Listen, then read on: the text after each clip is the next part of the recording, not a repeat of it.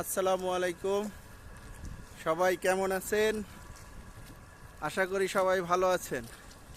এই যে পদ্মার পার, অসাধারণ সুন্দর জায়গা, যা না দেখলে আসলে বিশ্বাস করার মতো না।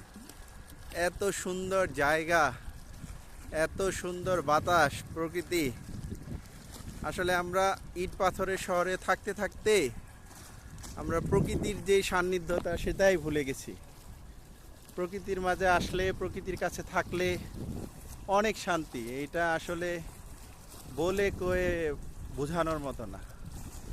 যারা আমরা ছোটবেলা থেকে প্রকৃতির মাঝে বড় হয়েছি, প্রকৃতির সাথে সন্নিকটে ছিলাম, তারা আসলে বুঝতে পারি যে প্রকৃতি থেকে দূরে থাকাটা আসলে কষ্টকর। কিন্তু আমাদের কর্মব্যস্ততা, জীবনের প্রয়োজনে প্রকৃতি থেকে দূরে থাকতে হয়। তারপরেও যখন সময় পাই, আসুন আমরা প্রকৃতির মাঝে চলে আসি।